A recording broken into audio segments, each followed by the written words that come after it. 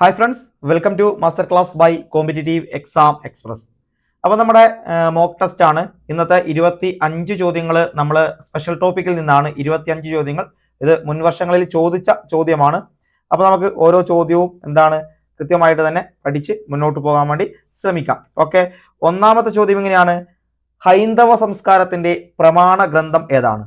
ഹൈന്ദവ സംസ്കാരത്തിന്റെ പ്രമാണ ഗ്രന്ഥം: A Bhagavad Gita, B Ramayanam, C Mahabharatam, D Vedam. ഏതാണ് ഹൈന്ദവ സംസ്കാരത്തിന്റെ പ്രമാണ ഗ്രന്ഥം എന്ന് പറയുന്നത്? ഓപ്ഷൻ ഡി വേദമാണ് ഹൈന്ദവ സംസ്കാരത്തിന്റെ പ്രമാണ ഗ്രന്ഥം എന്ന് പറയുന്നത്. രണ്ടാമത്തെ ചോദ്യം ഇങ്ങനെയാണ്: മഹാദേവൻ അല്ലെങ്കിൽ ശിവൻ വിഷപാനം നടത്തിയത് എപ്പോഴാണ്? മഹാദേവൻ വിഷപാനം നടത്തിയത് എപ്പോഴാണ് എന്നാണ്. പാലാഴി മദന സമയത്ത്, സതി വിയോഗ സമയത്ത്, മുരുകൻ കൈലാസം ഉപേക്ഷിച്ചപ്പോൾ, പാർവതി മഹാദേവ സന്നിധി വിട്ടപ്പോൾ. എപ്പോഴാണ് മഹാദേവൻ അല്ലെങ്കിൽ ശിവൻ വിഷപാനം നടത്തിയതെന്നാണ്.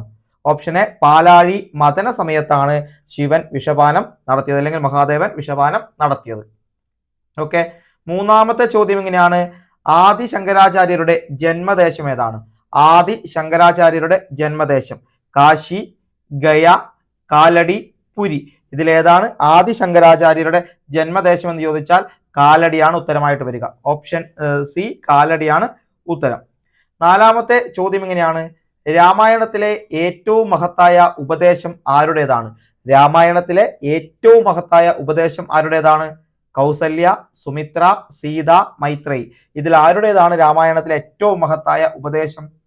ഓപ്ഷൻ ബി സുമിത്രയുടേതാണ് രാമായണത്തിലെ ഏറ്റവും മഹത്തായ ഉപദേശം എന്ന് പറയുന്നത്, സുമിത്ര. ഓക്കെ, അഞ്ചാമത്തെ ചോദ്യത്തിലേക്ക് വന്നാൽ പിതൃകർമ്മത്തെ പറ്റി വിവരിക്കുന്ന പുരാണം ഏതാണ്? പിതൃകർമ്മത്തെ പറ്റി വിവരിക്കുന്ന പുരാണം: മത്സ്യപുരാണം, ഭവിഷ്യത് പുരാണം, ഗരുഡ പുരാണം, നാരദ പുരാണം. ഈ തന്നിരിക്കുന്ന പുരാണങ്ങളിൽ ഏതാണ് പിതൃകർമ്മത്തെ പറ്റി വിവരിക്കുന്ന പുരാണം എന്നാണ് ചോദ്യം. ഏതാണ്? ഓപ്ഷൻ സി ഗരുഡ പുരാണമാണ്. ഓപ്ഷൻ സി ഗരുഡ പുരാണമാണ് ഉത്തരമായിട്ട് വരിക, ഗരുഡ പുരാണം. അടുത്തത് ക്ഷേത്രങ്ങളിൽ പ്രതിഷ്ഠിക്കപ്പെടുന്നത് എന്താണ്? ക്ഷേത്രങ്ങളിൽ എങ്ങനെയാണ് പ്രതിഷ്ഠിക്കപ്പെടുന്നതെന്നാണ്. ഈശ്വരനെ, ദേവതകളെ, ദൈവത്തെ, പരാശക്തിയെ. ആരെയാണ് ക്ഷേത്രങ്ങളിൽ പ്രതിഷ്ഠിക്കപ്പെടുന്നത്?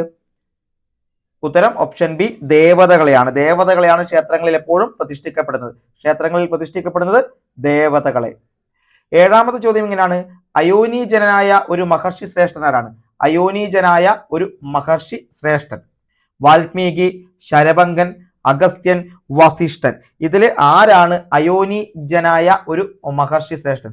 അയോനീജനായ ഒരു മഹർഷി ശ്രേഷ്ഠൻ ആരാണ്? പറയൂ. ഓപ്ഷൻ സി അഗസ്ത്യനാണ് ഇതിന്റെ ഉത്തരമായിട്ട് വരുന്നത്. ആരാണ്? അഗസ്ത്യനാണ് ഇതിന്റെ ഉത്തരമായിട്ട് വരുന്നത്. അടുത്തത് എട്ടാമത്തെ ചോദ്യം: കാനനവാസിയായ അയ്യപ്പൻ പ്രതിഷ്ഠിക്കപ്പെട്ട അവസ്ഥ ഏതാണ്? കാനനവാസിയായ അയ്യപ്പൻ പ്രതിഷ്ഠിക്കപ്പെട്ട അവസ്ഥ: യോദ്ധാവ്, ശാന്തസ്വരൂപൻ, നൈഷ്ഠിക ബ്രഹ്മചാരി, താപസൻ. അപ്പൊ എങ്ങനെയാണ് അയ്യപ്പൻ പ്രതിഷ്ഠിക്കപ്പെട്ടിരിക്കുന്ന അവസ്ഥ എന്ന് ചോദിച്ചാൽ ഏതാണ് ഓപ്ഷൻ? ഓപ്ഷൻ സി നൈഷ്ഠിക ബ്രഹ്മചാരിയാണ്. നൈഷ്ഠിക ബ്രഹ്മചാരി. ഓക്കെ, ഒൻപതാമത്തെ ചോദ്യത്തിലേക്ക് പോയാൽ ഭദ്രകാളിയുടെ അവതാരം എവിടെ നിന്നാണ്? ഭദ്രകാളിയുടെ അവതാരം എവിടെ നിന്നാണ്? ശിവനേത്രത്തിൽ നിന്ന്, യാഗാഗ്നിയിൽ നിന്ന്, സതീദേഹത്തു നിന്ന്, സ്വർഗത്തു നിന്ന്. എവിടെ നിന്നാണ് ഭദ്രകാളിയുടെ അവതാരം? ഉത്തരം പറയൂ. എവിടെ നിന്നാണ്? ഓപ്ഷൻ എ ശിവനേത്രത്തിൽ നിന്നാണ്. ശിവനേത്രത്തിൽ നിന്നാണ് ഭദ്രകാളിയുടെ അവതാരം എന്ന് പറയുന്നത്. എവിടെയാ? ശിവനേത്രം. അടുത്തത് തൃപ്പൂത്ത് എന്ന അത്ഭുത പ്രതിഭാസം നടക്കുന്ന ക്ഷേത്രം ഏതാണ്? തൃപ്പൂത്ത് എന്ന അത്ഭുത പ്രതിഭാസം നടക്കുന്ന ക്ഷേത്രം: തൃപ്പക്കുടം ക്ഷേത്രം, ചെങ്ങന്നൂർ മഹാദേവ ക്ഷേത്രം, തൃപ്പുലിയൂർ ക്ഷേത്രം, കുമാരനല്ലൂർ കാർത്യായനി ക്ഷേത്രം. ഏതാണ് തൃപ്പൂത്ത് എന്ന അത്ഭുത പ്രതിഭാസം നടക്കുന്ന ക്ഷേത്രം?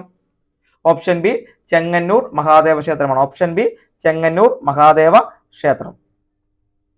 അടുത്ത 11ാമത്തെ ചോദ്യം: ദേവി വിഗ്രഹവും പീഠവും തമ്മിൽ യോജിപ്പിക്കുന്ന വസ്തു ഏതാണ്? ദേവി വിഗ്രഹവും പീഠവും തമ്മിൽ യോജിപ്പിക്കുന്ന വസ്തു: എ പഞ്ചഗവ്യം, ബി അഷ്ടബന്ധം, സി അഷ്ടഗന്ധം, ഡി ശുദ്ധി ചെയ്ത അരക്ക്. ഇതിലേതാണ് ദേവി വിഗ്രഹവും പീഠവും തമ്മിൽ യോജിപ്പിക്കുന്ന വസ്തു എന്നാണ് ചോദ്യം. ഇവിടെ ഓപ്ഷൻ ബി അഷ്ടബന്ധമാണ് ഉത്തരമായിട്ട് വരുന്നത്. ഏതാണ്? അഷ്ടബന്ധം. മറ്റൊന്ന്, ക്ഷേത്രകലയായ കൂത്തിന് ഉപയോഗിക്കുന്ന വാദ്യം ഏതാണ്? ക്ഷേത്രകലയായ കൂത്തിന് ഉപയോഗിക്കുന്ന വാദ്യം ഏതാണെന്നാണ്. ചെണ്ട, മദ്ദളം, ഇടയ്ക്ക, മിഴാവ്. ചെണ്ട, മദ്ദളം, ഇടയ്ക്ക, മിഴാവ്. ഏതാണ് ക്ഷേത്രകലയായ കൂത്തിന് ഉപയോഗിക്കുന്നത്? ഓപ്ഷൻ ഡി മിഴാവാണ് ക്ഷേത്രകലയായ കൂത്തിന് ഉപയോഗിക്കുന്നത്. അടുത്തത് കലശപൂജയിങ്കൽ നടത്തേണ്ടതായ വാദ്യം ഏതാണ്? കലശപൂജയിങ്കൽ നടത്തേണ്ടതായ വാദ്യം ഏതാണ് എന്നാണ്. ചെണ്ടമേളം, തകില്, പഞ്ചവാദ്യം, അസുരവാദ്യം. ഏതാണ് കലശപൂജയിങ്കൽ നടത്തേണ്ടതായ വാദ്യം? Option C പഞ്ചവാദ്യമാണ്. പഞ്ചവാദ്യമാണ് കലശപൂജയിങ്കൽ നടത്തേണ്ടതായ വാദ്യം എന്ന് പറയുന്നത്. മറ്റൊന്ന്, ക്ഷേത്രത്തിൽ ഉത്സവം എന്തിനു വേണ്ടി നടത്തുന്നു? ക്ഷേത്രത്തിൽ ഉത്സവം എന്തിനു വേണ്ടി നടത്തുന്നു? ഭക്തജന സന്തോഷത്തിന്, മാനസികോല്ലാസത്തിന്, ദേവീ ചൈതന്യവർദ്ധനവിന്, ഭക്തജന ഐക്യത്തിന്. എന്തിനാണ് ഇത്? നമുക്ക് ഈ ഒരു ഓപ്ഷൻ കാണുമ്പോൾ തന്നെ നമുക്ക് ഉത്തരത്തിലേക്ക് പെട്ടെന്ന് എത്താൻ വേണ്ടി സാധിക്കും അല്ലെ? ക്ഷേത്രത്തിൽ ഉത്സവം നടത്തുന്നത് ഭക്തജന സന്തോഷത്തിനാണോ, മാനസികോല്ലാസത്തിനാണോ? അല്ല. ഏതാണ്? ദേവ ചൈതന്യവർദ്ധനവിന് വേണ്ടിയാണ്. ദേവ ചൈതന്യവർദ്ധനവിന് വേണ്ടിയാണ് ക്ഷേത്രങ്ങളിൽ ഉത്സവം നടത്തുന്നത്. അതുപോലെ 15ാമത്തെ ചോദ്യം എങ്ങനെയാണ്? ശംഖധ്വനി എന്തിനെ പ്രതിനിധീകരിക്കുന്നു? ശംഖധ്വനി എന്തിനെ പ്രതിനിധീകരിക്കുന്നു? ഹുംകാരം, ഓംകാരം, ഹ്രീങ്കാരം, ശബ്ദഘോഷം. ഏതാണ് ഇതിന്റെ ഉത്തരമായിട്ട് വരുന്നത്? ശംഖധ്വനി എന്തിനെയാണ് നമുക്ക് പ്രതിനിധീകരിക്കുന്നു പറയാൻ പറ്റുമോ? ഇവിടെയും നമുക്ക് ഉത്തരം എളുപ്പത്തിലെത്താൻ വേണ്ടി സാധിക്കും. എന്താണ്? ഓംകാരമാണ് എന്ന് അറിയാൻ വേണ്ടി സാധിക്കും. ഓംകാരം. ഓക്കെ. 16ാമത്തെ ചോദ്യം, തന്ത്രി അല്ലെങ്കിൽ ദേവന്റെ പിതൃസ്ഥാനീയനാകുന്നത് എങ്ങനെ? തന്ത്രി ദേവന്റെ പിതൃസ്ഥാനീയനാകുന്നത് എങ്ങനെയാണ് എന്നാണ് ചോദ്യം. കലശപൂജയിലൂടെ, വിഗ്രഹ പ്രതിഷ്ഠയിലൂടെ, പ്രാണപ്രതിഷ്ഠയിലൂടെ, ആചാര്യവരണത്തിലൂടെ. എങ്ങനെയാണ് തന്ത്രി ദേവന്റെ പിതൃസ്ഥാനീയനാകുന്നത് എന്നാണ് ചോദ്യം. എങ്ങനെയാണ്? ഇതിന്റെ ഉത്തരം ഓപ്ഷൻ സി ആണ്, പ്രാണപ്രതിഷ്ഠയിലൂടെയാണ്. പ്രാണപ്രതിഷ്ഠയിലൂടെയാണ് തന്ത്രി ദേവന്റെ പിതൃസ്ഥാനീയനായി മാറുന്നത്. പ്രാണപ്രതിഷ്ഠയിലൂടെ എന്ന് മനസ്സിലാക്കുക. അടുത്തത്, നിവേദ്യത്തിന് ഒഴിച്ചുകൂടരുതാത്ത ദ്രവ്യം ഏതാണ്? നിവേദ്യത്തിന് ഒഴിച്ചുകൂടരുതാത്ത ദ്രവ്യം, അതായത് നിവേദ്യത്തിന് ഒഴിച്ചുകൂടരുതാത്ത ദ്രവ്യം ഏതാണ് എന്നാണ്. അരി, ശർക്കര, നെയ്യ്, കദളിപ്പഴം. ഏതാണ്? ഇതില് നെയ്യാണ് നിവേദ്യത്തിന് ഒഴിച്ചുകൂടരുതാത്ത ദ്രവ്യം എന്ന് പറയുന്നത്. നെയ്യാണ്. ഓക്കെ. ഓപ്ഷൻ സി ആണ് അതിന്റെ ഉത്തരമായിട്ട് വരുന്നത്. 18ാമത്തെ ചോദ്യം എങ്ങനെയാണ്? ക്ഷേത്രത്തിൽ ദർശനത്തിന് പോകുമ്പോൾ മുഖ്യമായി പാലിക്കേണ്ട ശുദ്ധികൾ ഏവയാണ്?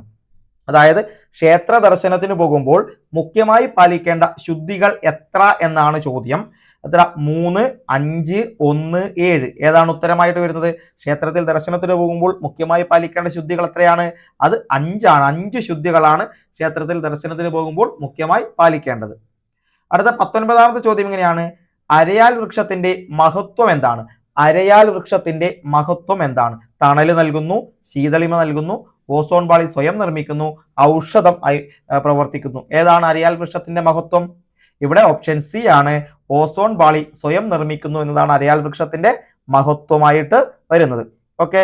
20ാമത്തെ ചോദ്യം എങ്ങനെയാണ്? വിഷ്ണു സഹസ്രനാമം ഉപദേശിച്ചത് ആരാണ്? വിഷ്ണു സഹസ്രനാമം ഉപദേശിച്ചത് ആരാണ്? ഇതിന്റെ ഓപ്ഷൻ ആയിട്ട് വരുന്നത് ഏതൊക്കെയാണ്? ശ്രീകൃഷ്ണൻ, വസിഷ്ഠൻ, ഭീഷ്മർ, അതുപോലെ വിദുരർ. ആരാണ് വിഷ്ണു സഹസ്രനാമം ഉപദേശിച്ചത്? ആരാണ്? ഇത് ഓപ്ഷൻ സി ഭീഷ്മരാണ് ഇവിടെ ഉത്തരമായിട്ട് വരുന്നത്. ഭീഷ്മർ. അതുപോലെ 21ാമത്തെ ചോദ്യം എങ്ങനെയാണ്? ക്ഷേത്ര നിർമ്മാണം പ്രതിപാദിക്കുന്ന ഗ്രന്ഥം ഏതാണ്? ക്ഷേത്ര നിർമ്മാണം പ്രതിപാദിക്കുന്ന ഗ്രന്ഥം ഏതാണ്? മനുഷ്യാലയ ചന്ദ്രിക, തന്ത്ര സമുച്ചയം, മയമതം, ശില്പരത്നം. ഇതിലേതാണ് ക്ഷേത്ര നിർമ്മാണത്തെ കുറിച്ച് പ്രതിപാദിക്കുന്ന ഗ്രന്ഥം? ഇതിൽ ഓപ്ഷൻ ബി തന്ത്ര സമുച്ചയമാണ്. തന്ത്ര സമുച്ചയം. അടുത്ത 22ാമത്തെ ചോദ്യങ്ങളിലേക്ക് പോയാൽ വേദാംഗങ്ങളുടെ സംഖ്യ ഏതാണ്? വേദാംഗങ്ങളുടെ സംഖ്യ 4, 6, 8, 10. ഇതിലേതാണ് വേദാംഗങ്ങളുടെ സംഖ്യ എന്ന് പറയുന്നത്?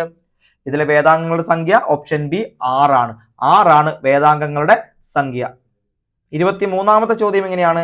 കുചേല ദിനവുമായി ബന്ധപ്പെട്ട ദിവസം ഏതാണ്? കുചേല ദിനവുമായി ബന്ധപ്പെട്ട ദിവസം ധനുമാസത്തിലെ ആദ്യത്തെ ബുധനാഴ്ച, വൃശ്ചിക മാസത്തിലെ ആദ്യത്തെ ബുധനാഴ്ച, ധനുമാസത്തിലെ അവസാനത്തെ ബുധനാഴ്ച, ചിങ്ങമാസത്തിലെ ആദ്യത്തെ തിങ്കളാഴ്ച. ഇതിലേതാണ് കുചേല ദിനവുമായി ബന്ധപ്പെട്ട ദിവസം? ഏതാണ്? ഇതിൽ ഓപ്ഷൻ എ ധനുമാസത്തിലെ ആദ്യത്തെ ബുധനാഴ്ചയാണ്. ധനുമാസത്തിലെ ആദ്യത്തെ ബുധനാഴ്ച. ഓക്കെ. 24ാമത്തെ ചോദ്യം എങ്ങനെയാണ്? നാരായണീയം എന്ന സ്തോത്രകാവ്യം രചിച്ചതാരാണ്? നാരായണീയം എന്ന സ്തോത്രകാവ്യം രചിച്ചതാരാണ്? വില്ലുമംഗലം സ്വാമിയാർ, ലീലാശുകൻ, ജയദേവൻ, നാരായണ ഭട്ടതിരി. ഇതിൽ ആരാണ് നാരായണീയം എന്ന സ്തോത്രകാവ്യം രചിച്ചത്? അത് നാരായണ ഭട്ടതിരിയാണ്. ആരാണ്? നാരായണ ഭട്ടതിരി. ഓക്കെ. 25ാമത്തെ ചോദ്യം എങ്ങനെയാണ്? വാമനനെ ആരാധിക്കുന്ന ക്ഷേത്രം സ്ഥിതി ചെയ്യുന്നത്? വാമനനെ ആരാധിക്കുന്ന ക്ഷേത്രം എവിടെയാണ് സ്ഥിതി ചെയ്യുന്നത്?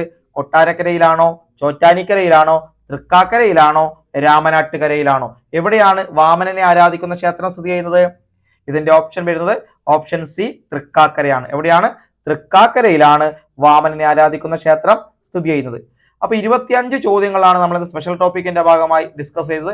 25ൽ നിങ്ങൾക്ക് എത്ര മാർക്ക് കിട്ടിയെന്ന് നിങ്ങൾ കമന്റ് ചെയ്യുക. കൂടാതെ ഇന്നത്തെ നമ്മുടെ ചോദ്യം എന്ന് പറയുന്നത് തൃക്കാക്കര ഏത് ജില്ലയിലാണ് സ്ഥിതി ചെയ്യുന്നത്? തൃക്കാക്കര വാമനമൂർത്തി ക്ഷേത്രം ഏത് ജില്ലയിലാണ് സ്ഥിതി ചെയ്യുന്നതെന്ന് നിങ്ങൾ താഴെ കമന്റ് ബോക്സിൽ രേഖപ്പെടുത്തുക. ഓക്കെ, അപ്പോൾ കൃത്യമായി മറ്റൊരു 25 ചോദ്യങ്ങളുമായി നമുക്ക് നാളെ കാണാം. അപ്പോൾ അതുവരേക്കും ബൈ.